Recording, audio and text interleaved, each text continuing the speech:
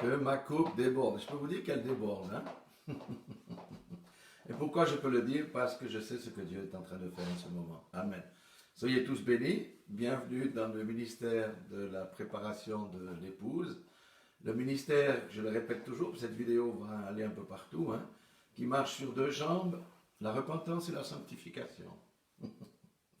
Amen. Et aujourd'hui, il y aura un message puissant qui va sortir. Et j'ai intitulé ce message, ou plutôt le Seigneur l'a intitulé « Libère-toi du jugement de Dieu ». Amen. Libère-toi du jugement de Dieu. Amen. C'est pourquoi je dis aussi toujours, les zappeurs perdent beaucoup d'onction, les zappeurs perdent beaucoup de bénédictions. C'est pourquoi ça vaut la peine de passer 35-40 minutes, et même si ça dure plus, à écouter ce que Dieu dit, parce que Dieu, au travers de la bouche d'un loin, guérit, Dieu délivre, Dieu redresse les vies, Dieu restaure des vies. Soyez tous bénis dans le nom puissant de Jésus-Christ. Amen. Nous allons prendre un verset dans l'Ancien Testament, dans le livre de Deutéronome, au chapitre 30, et le verset 19. Il n'y aura pas beaucoup de versets, mais ça c'est pour introduire le sujet, qu'on comprenne bien la chose. La parole déclare ceci dans Deutéronome, chapitre 30, verset 19. « J'en prends aujourd'hui à témoin contre vous le ciel et la terre. J'ai mis devant toi la vie et la mort, la bénédiction et la malédiction. Choisis la vie afin que tu vives, toi et ta postérité. » C'est très important, parce que le choix de quelqu'un détermine la vie de sa postérité. Amen.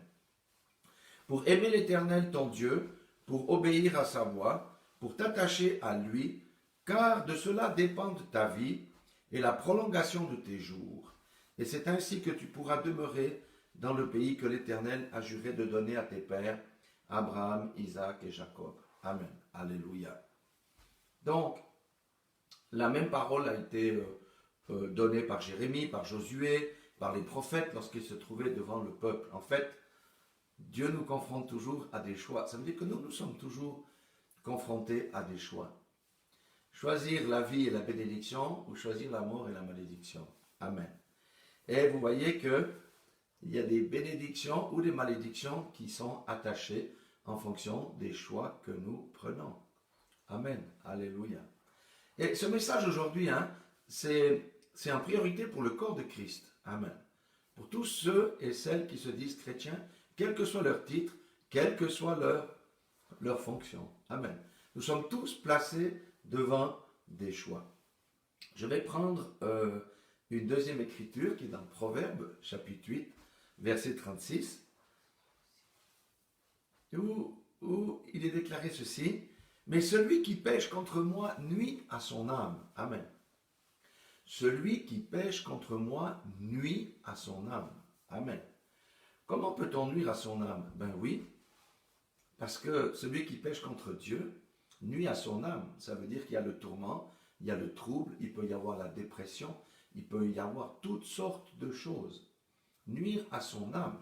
Vous savez, dans Deutéronome 30, 19, on parlait du pays de Canaan. Mais notre Canaan moderne, c'est le royaume des cieux. C'est le royaume de Dieu, où se trouve la paix, où se trouve la joie, où se trouvent les bénédictions. Mais celui qui pêche sort de ce royaume-là pour se mettre dans un autre royaume. Et il perd la paix, il perd la joie. Bien qu'il connaisse le Seigneur, bien qu'il puisse aller à l'église, bien qu'il puisse manifester les dons de l'Esprit. Amen. C'est ce que nous allons voir, et nous allons voir l'ordre que nous a donné le Seigneur cette semaine, et nous allons voir les bénédictions qui ont découlé du respect de cet ordre-là. Amen. Donc, voyez, on a le chemin de la sainteté, on a le chemin du péché. Donc l'âme qui pêche contre Dieu nuit à son âme. Ézéchiel va même plus loin parce qu'il dit, l'âme qui pêche, c'est celle qui mourra. Amen. Vous savez, on vit dans des temps, il ne faut plus faire copain-copain avec le péché, il faut être clair là-dessus. Hein. Il y a beaucoup de chrétiens vivent dans une illusion en pensant qu'ils peuvent vivre dans le péché et avoir la faveur de Dieu. Non, ce n'est pas ça que la Bible dit. La Bible dit dans Romains 6, 23, car le salaire du péché, c'est quoi? C'est la volupté. Non. Il dit, car le salaire du péché, c'est quoi? C'est la mort. Amen. Ce n'est pas forcément la mort physique, hein. C'est la mort spirituelle, la mort dans tes finances, la mort dans ta santé, c'est la mort dans ton foyer, et toutes ces choses-là. Amen. Le salaire du péché, c'est la mort. Et c'est un message qui doit être prêché, rappelé dans toutes les églises, dans toutes les congrégations, que le salaire du péché, c'est la mort. Aujourd'hui, on entend la grâce, la grâce, la grâce. Oui, la grâce est une réalité, mais la grâce n'est pas une autorisation de péché. Nous vivons dans une grande illusion où la Bible dit que nous vivons dans les temps de séduction. Je vais lire encore un autre passage dans Hébreux, chapitre 10, verset 19. La Bible déclare ici, ça commence déjà bien, hein, de quel pire châtiment. Châtiment, c'est pas quelque chose de sucré, n'est-ce pas? Pensez-vous que sera jugé digne celui, on voit toujours autrui, mais il faut aussi se regarder à soi-même, hein, celui qui aura foulé aux pieds le Fils de Dieu et qui aura tenu pour profane le sang de l'alliance par lequel il a été sanctifié et qui aura outragé l'esprit de la grâce. Amen. La grâce et le péché ne peuvent pas cohabiter ensemble. Dieu nous a fait grâce au travers du sacrifice de Jésus-Christ pour que nous ayons la victoire sur le péché. Ça, c'est une possession, c'est un héritage que chaque chrétien a. C'est la puissance pour vaincre le péché dans sa vie.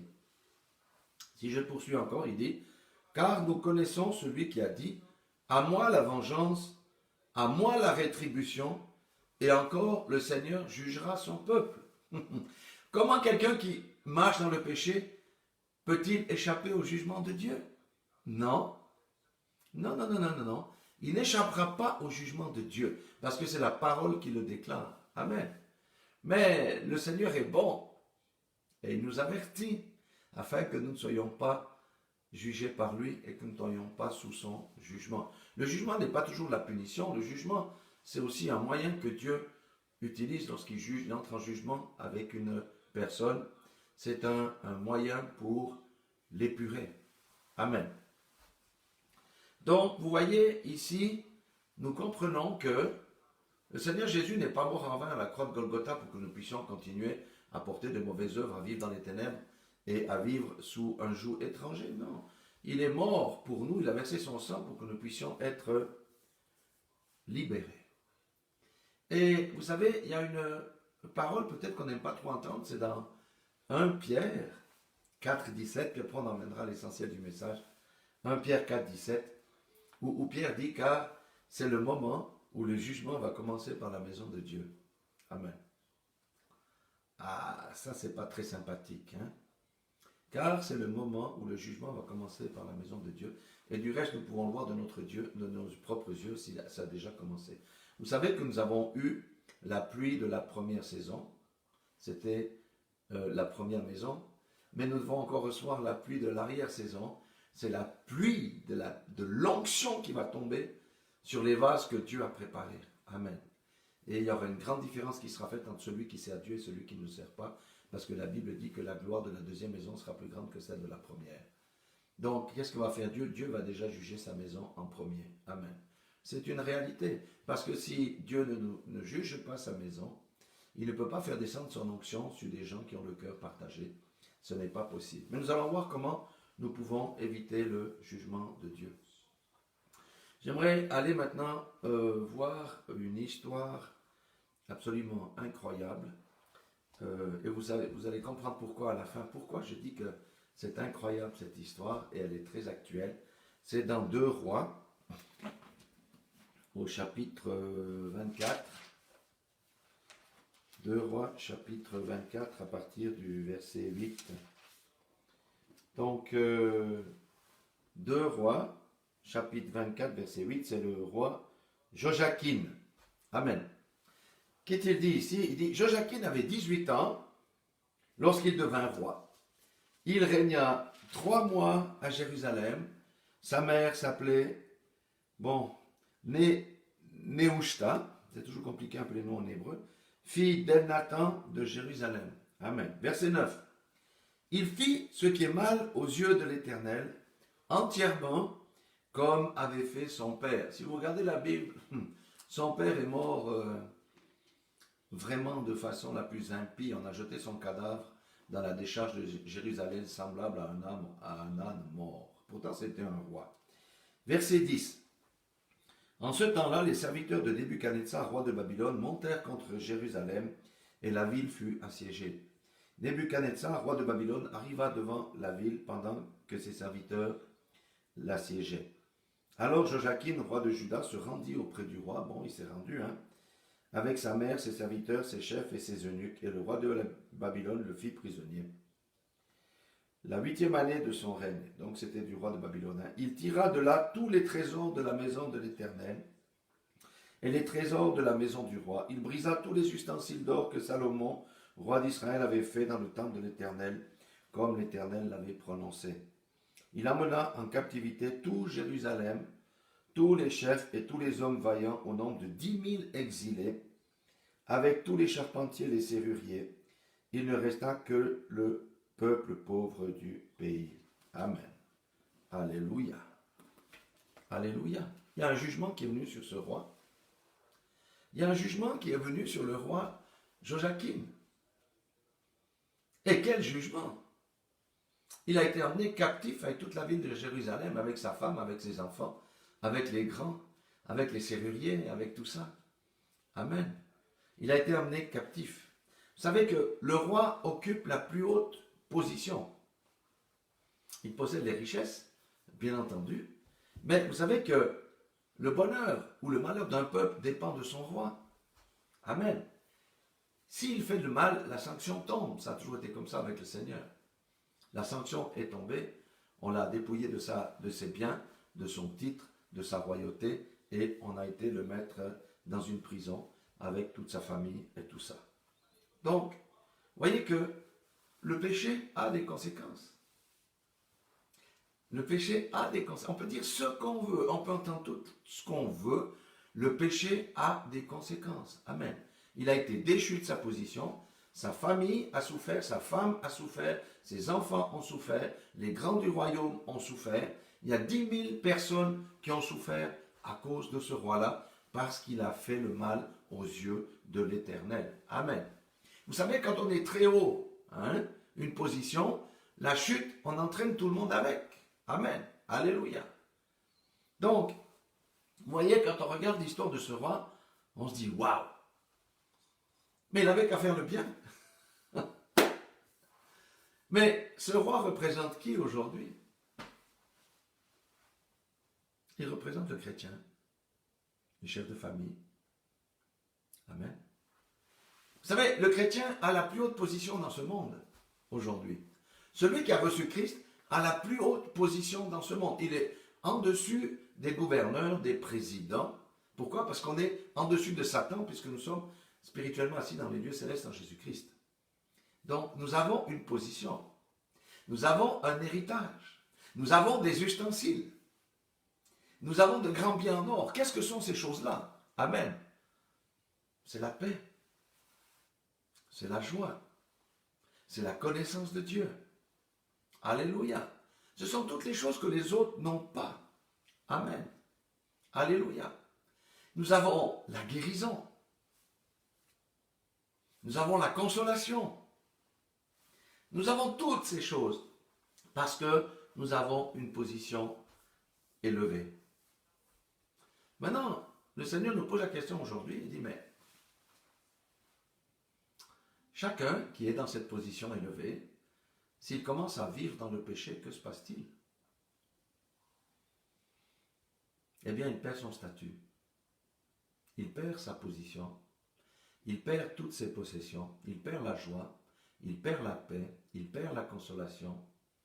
Il perd toutes ces choses-là. Il perd tous ses biens spirituels. Sa santé est attaquée. Ses finances sont attaquées. Sa famille est attaquée. Son travail est attaqué. Pourquoi?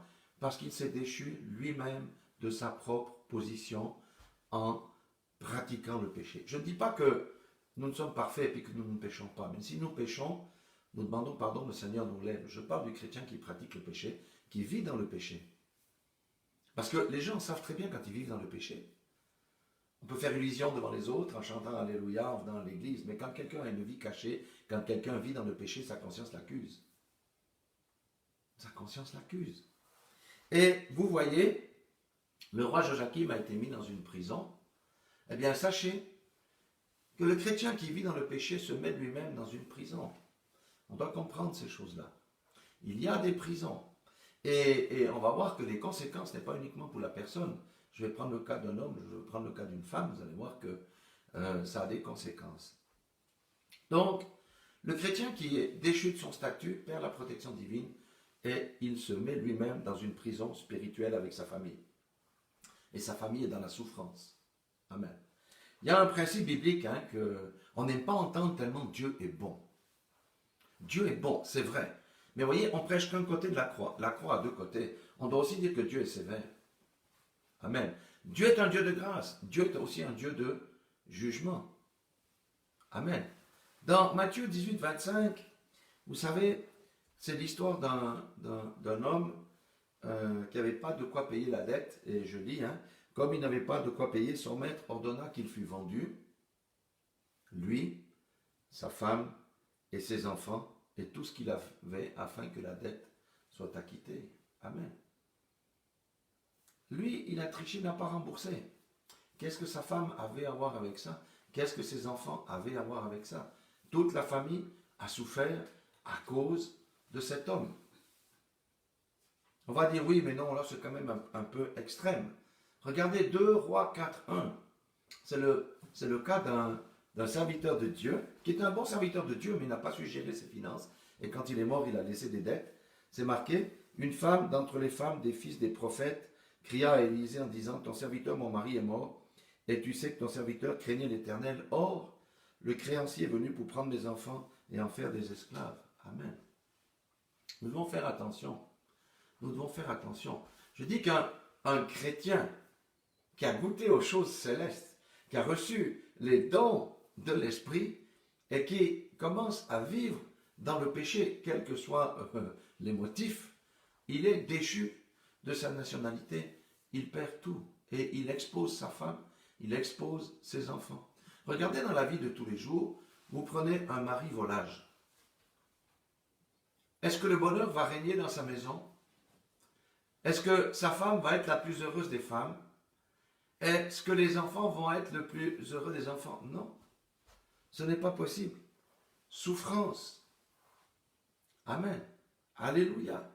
Prenez un mari qui boit, c'est la même chose. Amen. Le péché a des conséquences. Que l'on soit chrétien ou pas, que l'on soit pasteur ou brebis, ou n'importe quoi, le péché a des conséquences. Amen. Et vous voyez, ce roi, il a tout perdu. Il a été déchu. Vous savez, des positions de roi de se retrouver en prison. Amen. Il y a des prisons spirituelles. Et vous savez, aujourd'hui, le Seigneur nous dit, il y a beaucoup de mes enfants qui sont comme Joachim. Ils vivent dans les illusions et il leur arrive ce qui est arrivé à Joachim. Vous savez, quand on commence à avoir des discours, Dieu a fait de grandes choses avec moi en 1995, en 2003, en 2010, mais pendant 10 ans, il n'y a plus rien du tout, mais il faut se poser des questions. Saül avait toujours un titre de roi, mais l'Esprit de l'Éternel s'était retiré de lui. Amen. Vous savez, Dieu est bon. Et la bonté de Dieu, par la bonté de Dieu, il exauce nos prières. Il nous donne la voiture, le mariage, la profession, la promotion. Dieu est bon. Il nous protège, il nous garde, il nous fait du bien. Ça, c'est une facette de la bonté. Mais un fruit a plusieurs facettes. Il y a une facette qu'on aime moins voir, c'est que Dieu est bon quand il nous met en garde. Dieu est bon quand il nous avertit. Dieu est bon quand il nous reprend. Dieu est bon quand il nous châtie. Dieu est bon quand il nous épure. Pourquoi? Parce qu'il nous prépare à recevoir son onction. Nous sommes de l'homme, à l'intérieur de cet homme, il y a encore des scories. Amen. Il faut les faire remonter à la surface pour que l'or soit pur. Amen. Donc, Dieu est bon, c'est vrai. Mais à ceux qui endurcissent le cœur, Dieu est sévère. Il leur brise la nuque. Amen. Alléluia. Donc, pourquoi je vous parle de tout ça? C'est parce que le Seigneur a vraiment fait de très très grandes choses. Donc, il nous a conduit dans un jeûne, cette semaine, on va dire, basé sur un verset qui est 1 Corinthiens, chapitre 11, 28. Je vais lire les 3 versets. 1 Corinthiens, chapitre 11, 28 à 31. Et ça, c'est le cœur du message. Comment nous libérer du jugement de Dieu. Amen. Que chacun, donc, s'éprouve soi-même. Amen. L'homme est toujours prompt à éprouver les autres.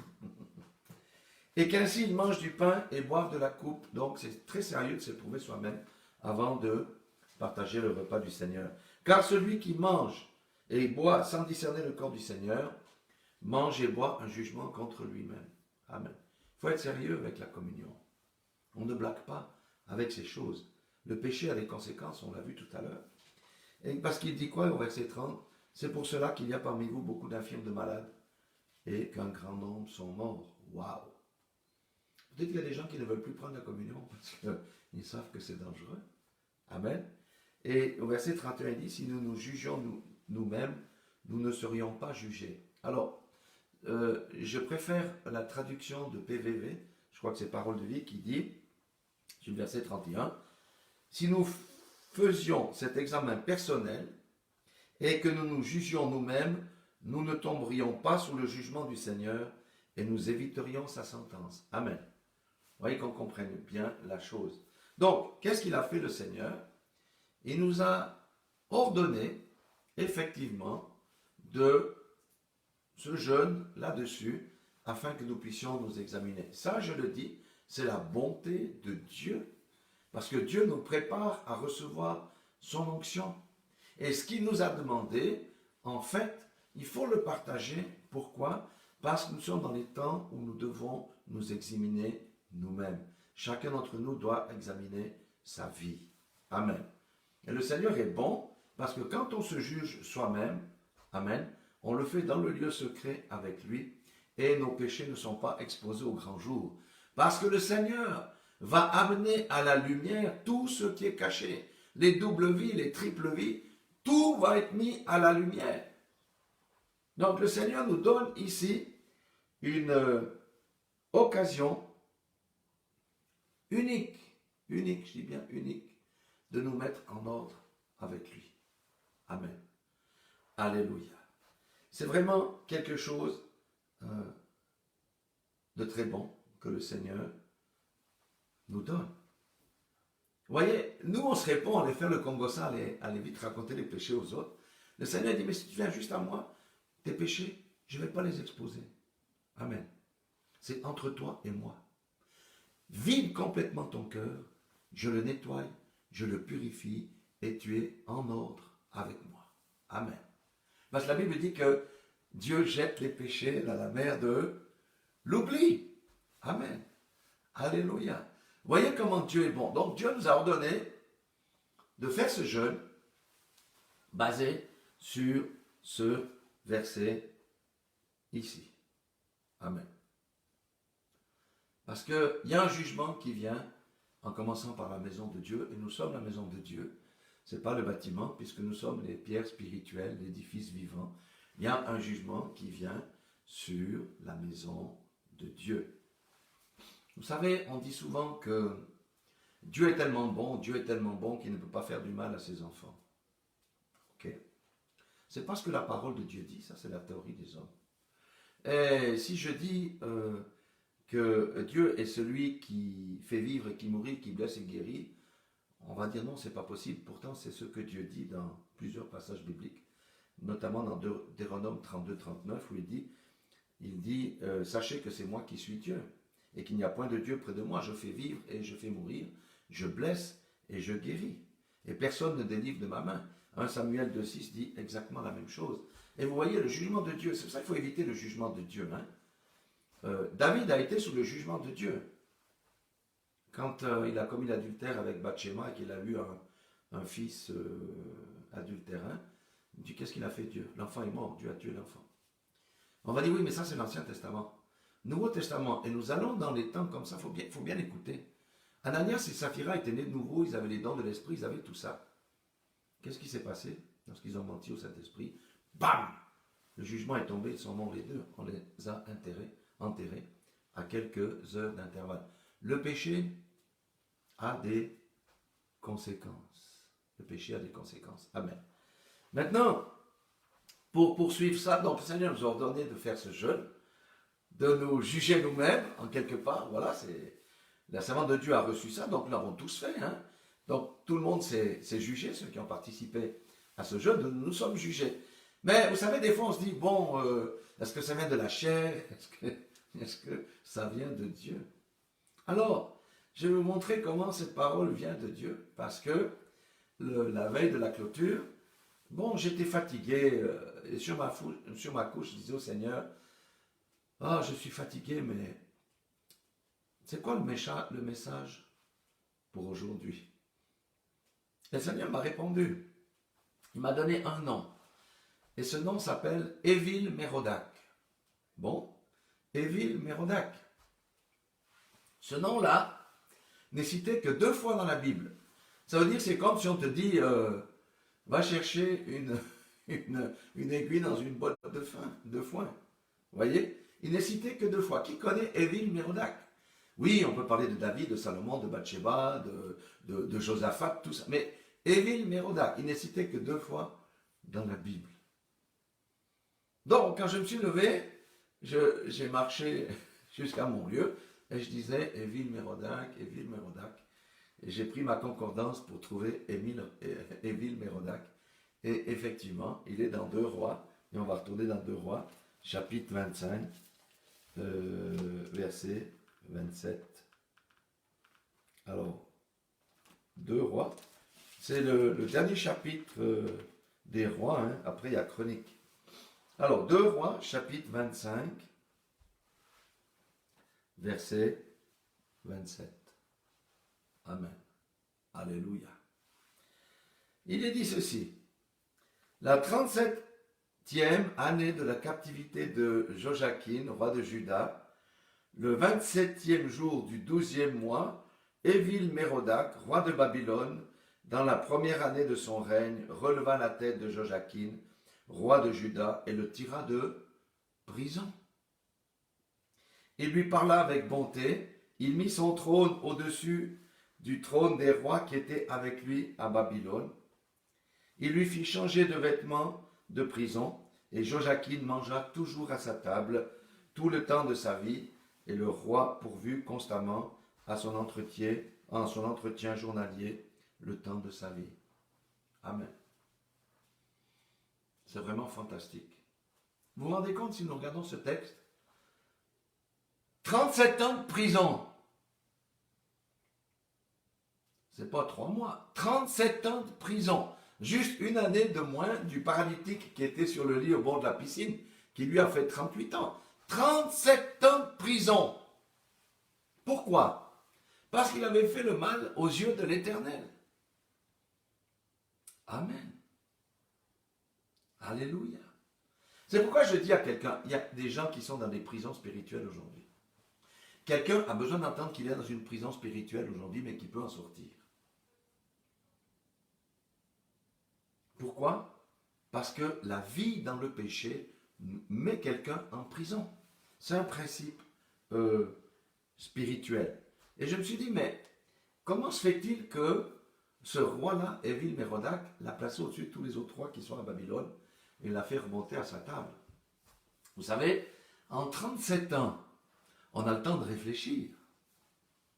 En 37 ans, on a le temps de regarder en disant, ouais, mais tout ce que j'ai perdu. En 37 ans, pensez pas qu'il y a un travail qui se fait dans le cœur de remords, etc. 37 ans. La Bible ne dit pas qu'il s'est repenti, mais je sais qu'il s'est repenti parce qu'il y a eu un précédent avec un autre roi qui s'appelait le roi de Manassé.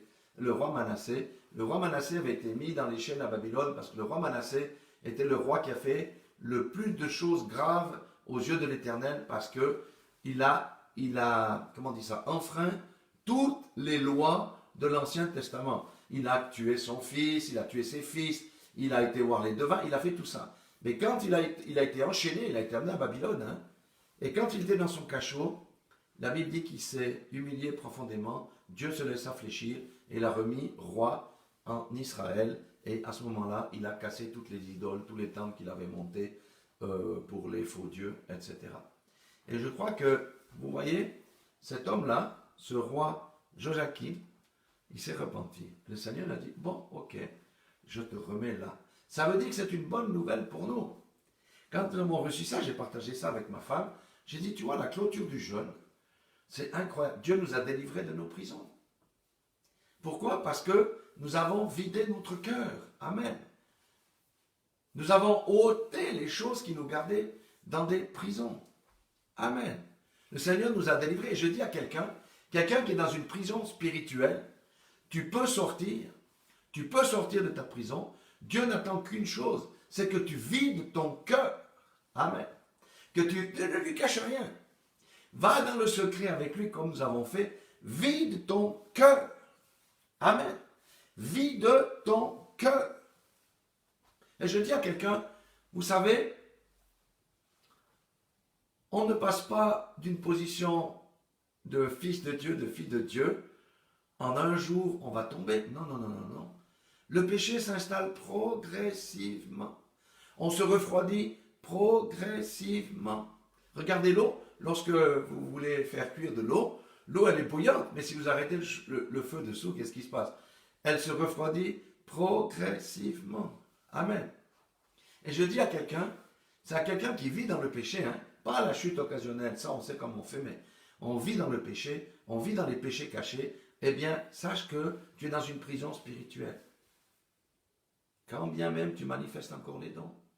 Saül était toujours roi, mais l'Esprit de Dieu s'était retiré de lui. Donc, il n'a pas enlevé le titre. Tu peux dire, je suis toujours chrétien, mais quand tu vas louer Dieu dans l'assemblée, tu sais qui tu es. Et le Seigneur dit non, ce n'est pas une bonne position. Tu peux sortir. Regardez le paralytique de 38 ans que Jésus a guéri. Qu'est-ce qu'il lui a dit quand il l'a retrouvé au temple? 38 ans sur on va dire, je sais pas, un brancard, hein, c'était sur du bois. On devait transporter la personne, voilà. 38 ans sur un lit paralytique. Il a dit, va et ne pêche plus. Ça va encore, on peut comprendre. Mais il a rajouté, de peur qu'il ne t'arrive quelque chose de pire. Et quand on lit ça, ça fait la peur. Qu'est-ce qui peut arriver de quelque chose de pire à quelqu'un qui a passé 38 ans de sa vie complètement paralysé sur un lit? Ah, c'est pourquoi Dieu aime le cœur repentant. Mais repentant, ça ne veut pas dire pour retomber demain matin. Les péchés dans lesquels on retombe demain matin, c'est ceux qu'on n'a pas vraiment l'envie. On le caresse encore. Et si on n'arrive pas, parce que peut-être il y a des raisons à ça, allez vers quelqu'un qui connaît Dieu. Allez vers un moine qui va vous conduire au travers de sa délivrance, de votre délivrance. Amen. Vous savez, il y a un principe spirituel. Dieu est bon, je dis toujours, mais Dieu n'est pas bonbon. Dieu est bon, mais Dieu n'est pas gentil. Dieu est Dieu. Dieu n'est pas notre pote. Dieu n'est pas notre copain. Amen. Maintenant, le Seigneur dit, assez, c'est assez. Pourquoi est-ce qu'il tolère les jugements sur la terre? Pour attirer notre attention. Mettez-vous en ordre avec moi. Amen. Mettez-vous en ordre avec moi. Vous savez qu'il y a quelqu'un qui a bien compris ça, c'était David. David, le diable, lui a dit, tu es roi, tu peux faire ce que tu veux. Il a convoité la femme d'autrui, il a tué son mari. Il a fait ses affaires avec. La femme est tombée enceinte. Où était le problème? Où était le problème? Il était roi, n'est-ce pas? Mais Dieu l'a mis dans une prison. Vous savez, c'est pas ça. Dieu a mis David dans une prison. Dieu a mis David dans une prison. Oui. Si vous regardez avec moi dans le psaume 32, verset 3, et ça c'est le principe spirituel qui permet aux gens d'être délivrés. Il dit, c'est David, psaume 32, verset 3. Tant que je me suis tu, mes os se consumaient. J'ai dit avant que quelqu'un qui est dans une prison, qui est déchu de son statut, le diable vient l'attaquer dans sa santé aussi. Mes os se consumaient. Je gémissais toute la journée. L'âme qui pêche contre moi se nuit à lui-même. à elle-même. Amen. Car nuit et jour, ta main s'appesantissait sur moi. Alors là, David n'était plus le chouchou de Dieu. Hein? Et quand la main s'appesantit jour et nuit sur quelqu'un, sa vie devient une calamité, laissez-moi vous dire. Ma vigueur n'était plus que sécheresse, comme celle de l'été. Et qu'est-ce qu'il a fait pour sortir de là? Il a très bien pu penser, je suis roi quand même, tant pis. Non, il était dans la souffrance, parce qu'il a été mis dans une prison spirituelle. Et le diable avait un accès légal à David. Et il a souffert pour ça. Amen. Alléluia. Il a dit, verset 5, « Je t'ai fait connaître mon péché, je n'ai pas caché ton iniquité. » Voyez le principe. Hein? Je t'ai fait connaître mon péché, je n'ai pas caché mon iniquité. Amen. Et j'ai dit, j'avouerai mes transgressions à l'Éternel, et tu as effacé la peine de mon péché. Je dis à quelqu'un, quelle que soit la chose qui te dérange, qui atteint ta vie, tu peux en sortir. Avoue ta transgression, avoue ton péché, fais comme le Seigneur nous l'a ordonné, véritablement, de nous juger nous-mêmes. Amen. Avec sincérité de cœur. Et au verset 6, il dit, qu'ainsi tout homme pieux te prie au temps convenable, et si les grandes eaux débordent, elles ne t'atteindront nullement. Nous sommes dans les temps où les grandes eaux sont en train de déborder. Amen. Vous voyez, nous vivons un temps, véritablement, où nous devons nous mettre en ordre avec Dieu. Dieu est bon. Quand je dis Dieu est bon, il nous avertit, il nous met en garde. Il nous supplie de faire ces choses afin d'éviter que nous entrions en jugement avec lui. Amen. Dieu est vraiment merveilleux. Alléluia. Amen. Vous voyez, Dieu a parlé à sa servante d'entrer dans un jeûne basé sur les versets que je vous ai dit, 1 Corinthiens 11, 28. D'accord? Et ensuite, il a confirmé que Dieu avait fait quelque chose à ceux qui ont pratiqué cela. Amen. Donc, je veux dire à quelqu'un aujourd'hui, il y a de l'espoir,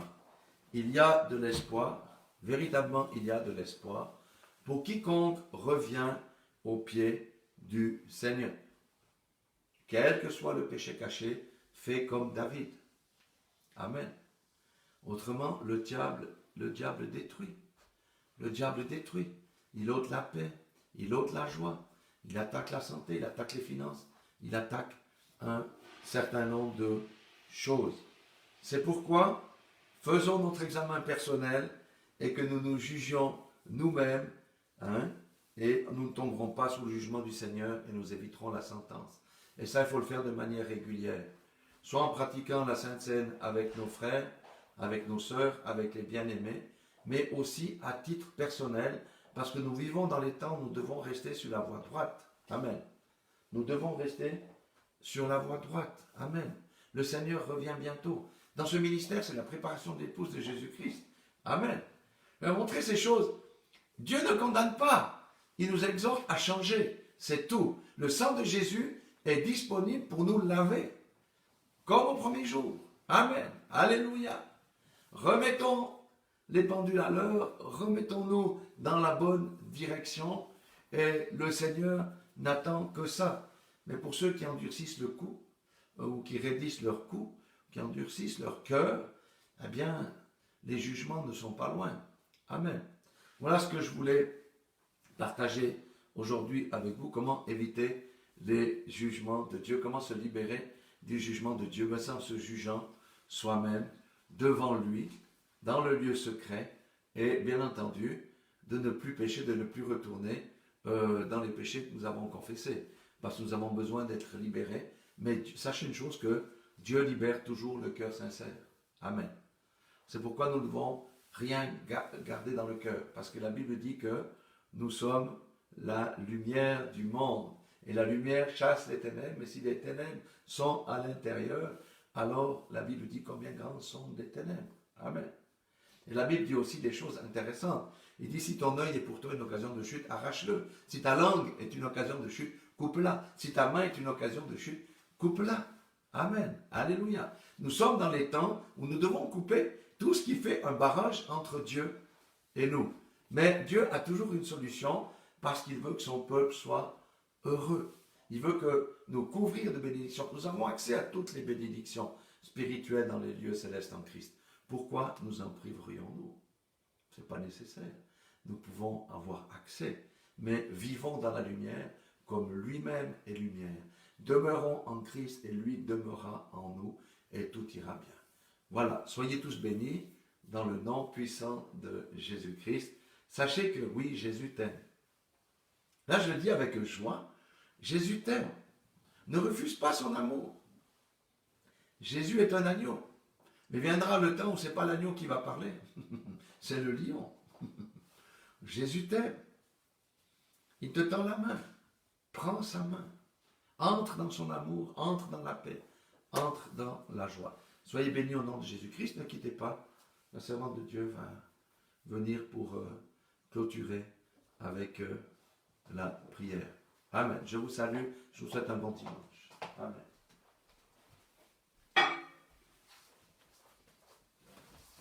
Amen. Merci, pasteur. Merci pour cette parole, Seigneur. Nous allons prier ce que Dieu veut, comme il dit dans sa parole. Il ne veut pas la mort du pécheur, mais il veut sa repentance. Amen. Et parce que Dieu veut notre repentance, il veut nous garder en vie. Il est venu pour donner la vie. Christ n'est pas venu pour la mort. Il est venu pour communiquer la vie. Et il voudrait que nous ne mourions pas et que nous vivions. Amen. Nous allons prier pour qu'il nous donne la force par son Saint-Esprit de rentrer dans la repentance. Amen. Et de vivre la vie de la sainteté. Il dit, car je suis saint, soyez saints. Amen. Ce n'est pas par notre force ni par notre puissance, mais si nous avons la volonté, le Saint-Esprit va nous aider. Christ connaît l'état de nos cœurs. Il sait qui nous sommes. Amen. Peut-être mon frère, ma soeur, tu luttes avec un péché. Mais tu n'es pas content de vivre dans ce péché. Cependant, tu te trouves les pieds, les mains liés dans ce péché. Depuis des années. Tu as envie de sortir, mais tu n'arrives pas. Le Seigneur te dit aujourd'hui, prends ma main. Je vais t'aider. Accepte de prendre la main que Dieu t'a tendue ce matin. Et nous allons prier pour que le Saint-Esprit t'aide et que tu sortes de cet état. Beaucoup de gens pratiquent le péché pas parce qu'ils veulent. Il y en a qui justifient, je ne parle pas de cela. Mais il y en a d'autres qui sont pris dedans, mais ils ne savent plus quoi faire. Si tu es dans cette situation, prie avec moi maintenant. Éternel, notre Dieu, notre roi, papa, nous venons devant ta face ce matin, Père éternel, déposer nos fardeaux. Nous reconnaissons, Seigneur, notre Dieu, que nous avons marché dans le péché pendant des années, Seigneur. Nous avons pratiqué le péché, Seigneur, et nous avons même gardé des péchés mignons cachés en nous. Seigneur, ce matin, nous venons te les avouer. Avoue ton péché à Dieu. Parle-lui, dis-lui, Seigneur, ce bagage me dépasse. J'ai envie de sortir de tel péché, mais je n'arrive pas à le faire. Le Saint-Esprit est là. Le Seigneur Jésus, en partant, il savait pourquoi il nous avait laissé le Saint-Esprit. C'est pour des situations compliquées comme ça. C'est pour des situations difficiles comme ça. Pour nous conduire, pour nous diriger. Et le Seigneur Jésus-Christ lui-même dit, si tu crois à ma parole, tu feras les mêmes choses que j'ai fait lorsque j'étais sur cette terre. Quand le Seigneur Jésus disait une chose, la chose arrivait. Dis aussi aujourd'hui, la vie et la mort sont au pouvoir de la langue. Parle à ton péché. Dis-lui, Seigneur Jésus-Christ a vaincu à la croix de Golgotha. Il a coulé son sang pour que je sois libéré de tel péché. Saint-Esprit, aide-moi à sortir de ce péché. Je ne le veux plus maintenant. Je ne veux plus tel péché maintenant. Papa, je reconnais que j'ai péché. Je reconnais que je pratique tel péché. Je reconnais que je vis dans tel péché, mais je voudrais sortir de là, mais je n'arrive pas. Seigneur, trouve-moi la solution. Jésus-Christ est la solution. Seul Jésus peut te libérer de ton péché. Jésus-Christ est la solution. Il ne te condamne pas, il ne te juge pas, mais il veut ta repentance. Il ne veut pas ta mort. Il dit que si le méchant se détourne de ses mauvaises voies, il vivra. Dieu veut ta mort. Jésus-Christ est venu pour donner la mort. Il est le bon berger qui donne Jésus-Christ, est venu pour donner la vie et non la mort. Il est le bon berger qui donne la vie à ses brebis. Accepte de prendre la main de Jésus ce matin. Papa, j'élève mes frères et mes sœurs et moi-même devant le trône de grâce ce matin.